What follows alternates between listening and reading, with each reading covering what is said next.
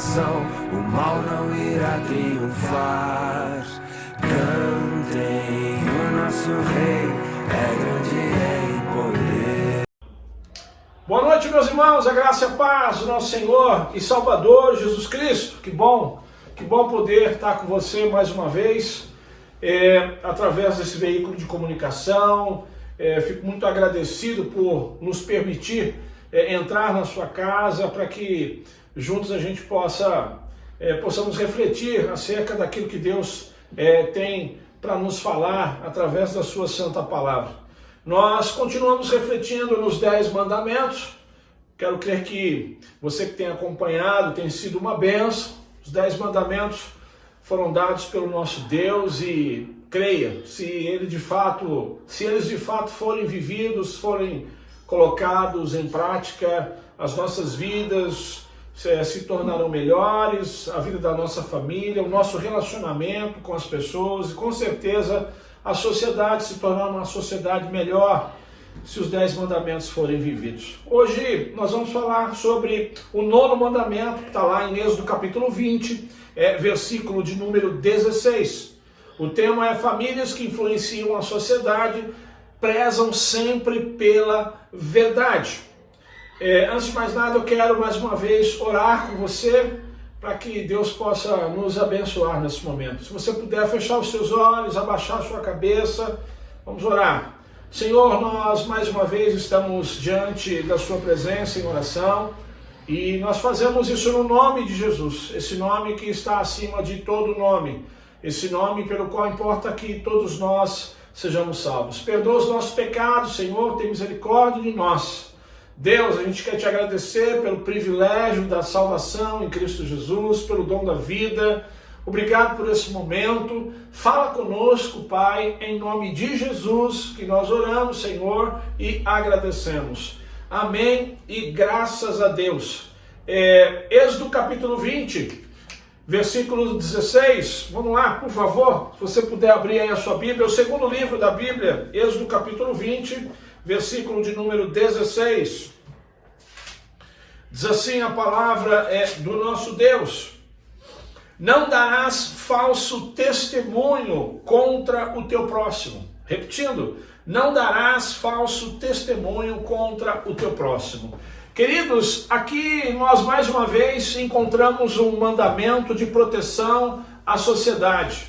Uma lei de proteção, principalmente à reputação alheia.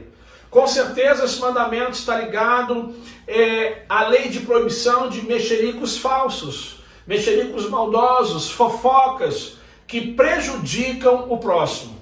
Essa lei, ela não era uma lei apenas para ser usada nos tribunais, mas principalmente para ser vivida no dia a dia. A palavra usada em Êxodo capítulo 20, 16 e em Deuteronômio 5, 20, para falso testemunho, é sheker, que no hebraico quer dizer mentir, ou fazer uma falsa acusação. Na semana passada nós aprendemos com os nossos alunos no SEC que há muitos problemas, há muitas consequências por conta de um falso testemunho. Por conta de um falso testemunho, nós sabemos, as pessoas elas podem morrer, elas podem ser condenadas ou absolvidas, elas podem ter a sua reputação manchada. O falso testemunho ele é tão complicado que ele é considerado crime na nossa sociedade. Calúnia, difamação, injúria são considerados crimes na sociedade em que vivemos.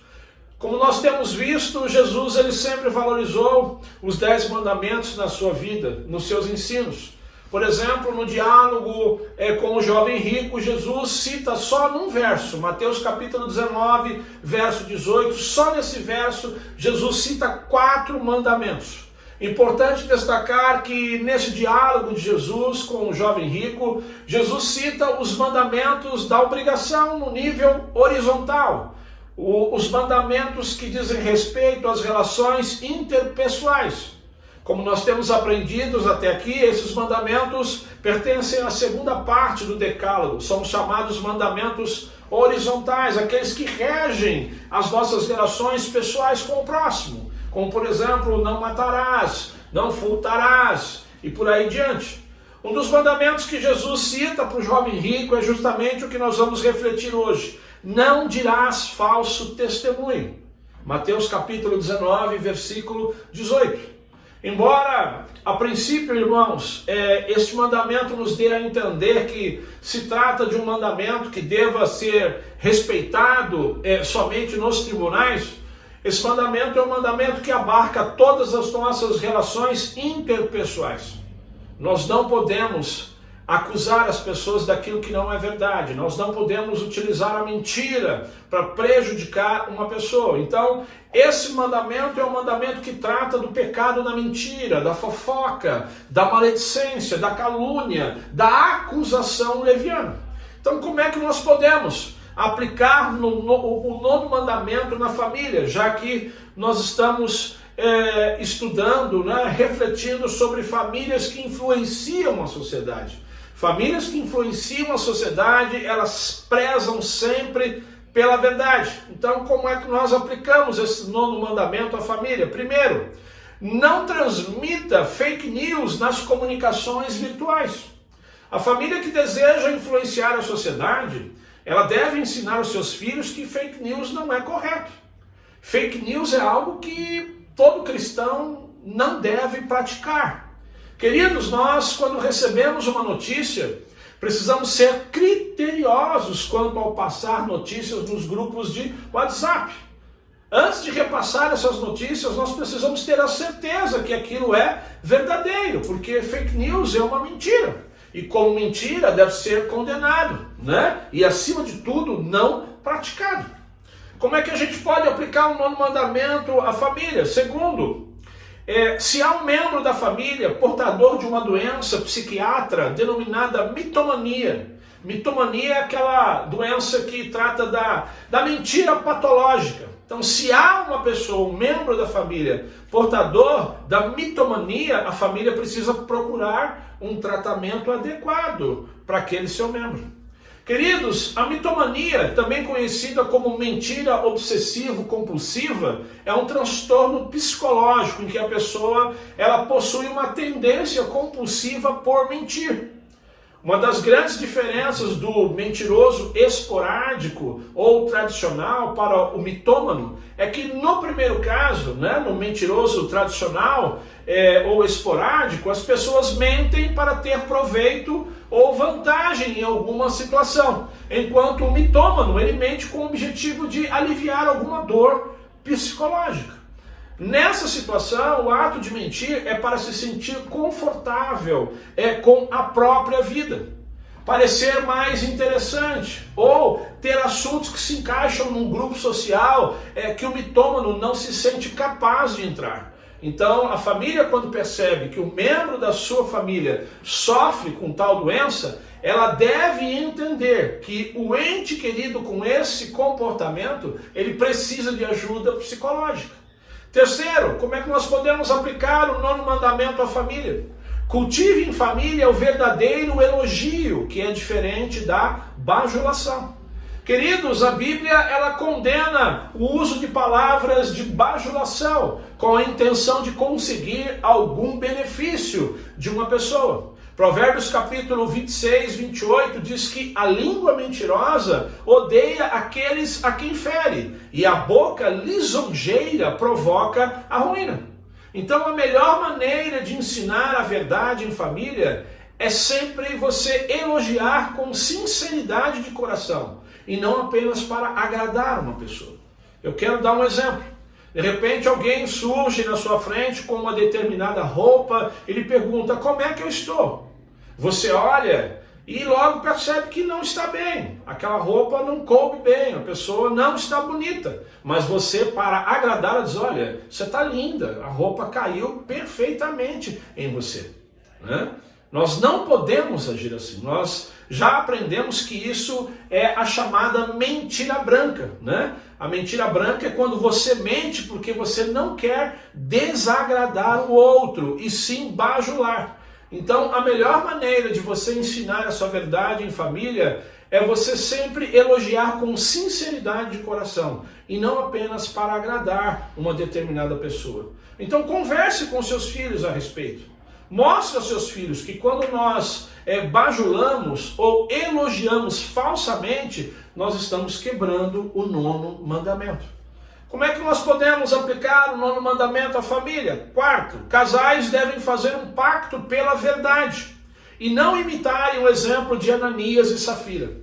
Muitos conhecem o exemplo de Ananias e Safira, registrado em Atos capítulo 5, versículos de 1 a 11. Eu não vou ler aqui para a gente não ganhar muito tempo, né? Mas depois você pode dar uma conferida, você que de repente está me ouvindo e não conhece essa história. Atos capítulo 5, versículos de 1 a 11. Queridos, no casamento os cônjuges eles devem ser cúmplices, mas a cumplicidade, irmãos, a cumplicidade, meu amigo ouvinte, ela deve ser sempre usada naquilo que agrada a Deus, naquilo que é justo, naquilo que é agradável, naquilo que é honesto, naquilo que é bom. Então, um dos acordos, assim eu creio, um dos acordos mais importantes no casamento é os cônjuges firmarem um compromisso de nunca concordarem com a mentira, seja para qual for o objetivo. Atos capítulo 5, versículos de 1 a 11, relata o pecado de Ananias e Safira e posteriormente a punição de Deus. A punição de Deus, ela não aconteceu pelo valor do dinheiro dado à igreja, né? Quem conhece a história, eles deram uma parte da venda da propriedade, mas a punição ela aconteceu porque eles concordaram em mentir, né? Segundo, nós devemos tomar cuidado também com brincadeiras que valorizam a mentira, como por exemplo o 1º de abril. Irmãos, como é triste hoje em dia. Eu me lembro há pouco tempo, nós estamos agora no mês de julho, né? Há 2, 3 meses atrás, o mês de abril, como foi triste ver crentes brincando com o 1º de abril. Né? O crente ele não pode brincar com algo que é sério e depois dizer que aquilo é mentira. Isso desagrada o Senhor. Participar do 1º de abril é a quebra flagrante do 9º mandamento. Queridos, nós precisamos também tomar cuidado com o famoso jeitinho brasileiro, né? Nesse tempo de vacinação, volta e meia, nós vemos aí na mídia pessoas contando com cúmplices que trabalham na Secretaria de Saúde para furar a fila e ser vacinado antes do seu tempo. Como filhos de Deus, nós temos que tomar cuidado com o jeitinho brasileiro.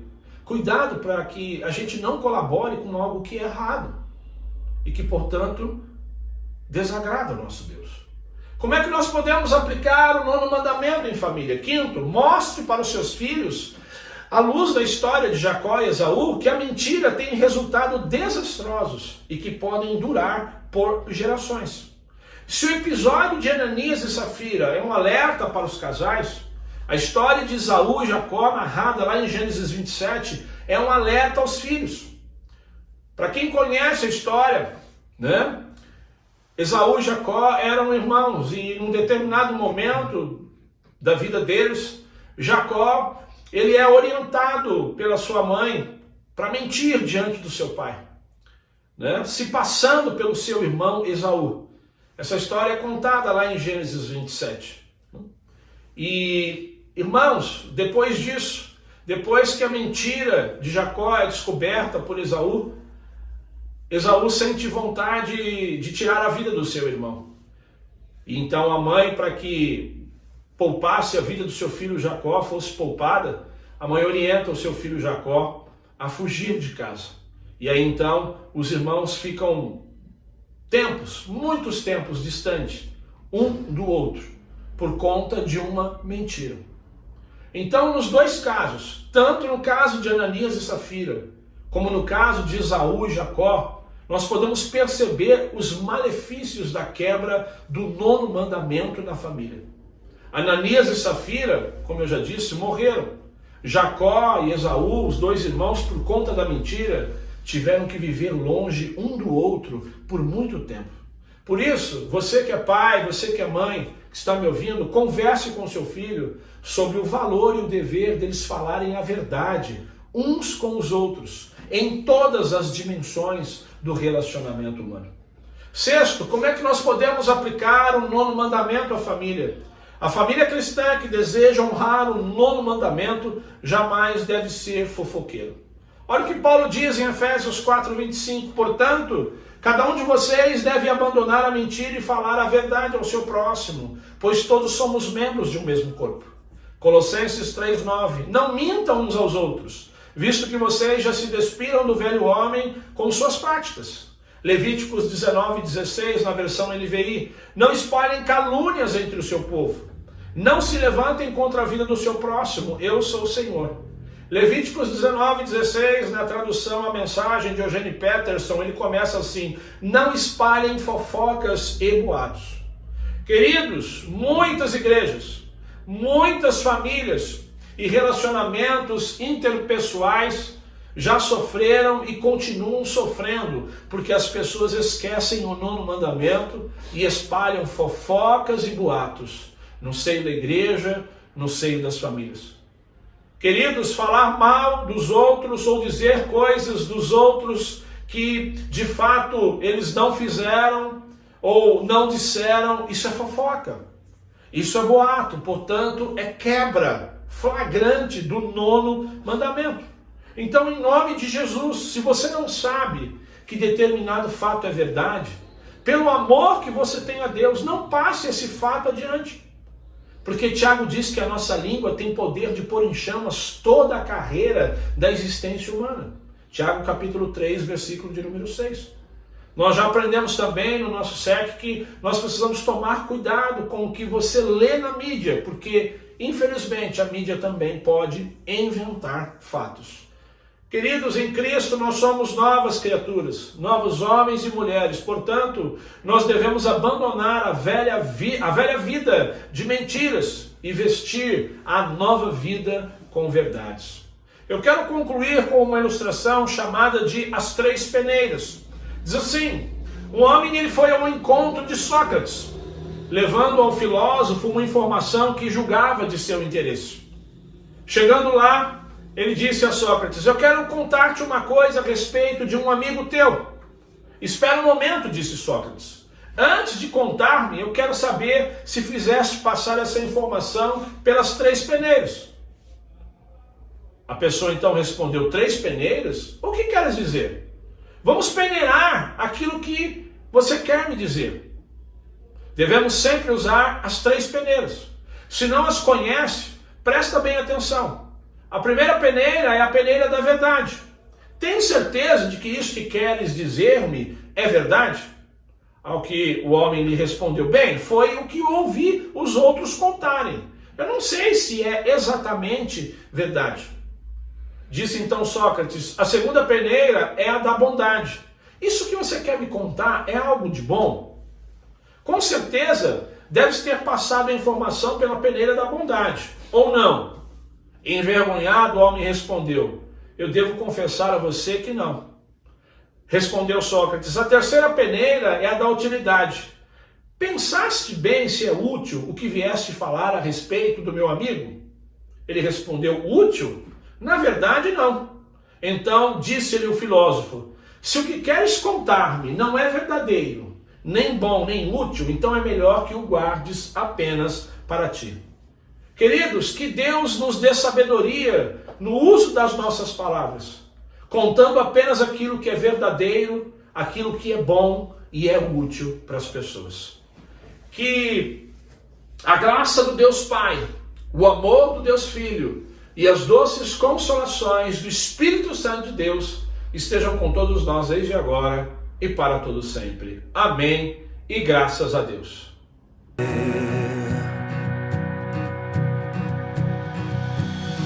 Verbo que encarnou o amor.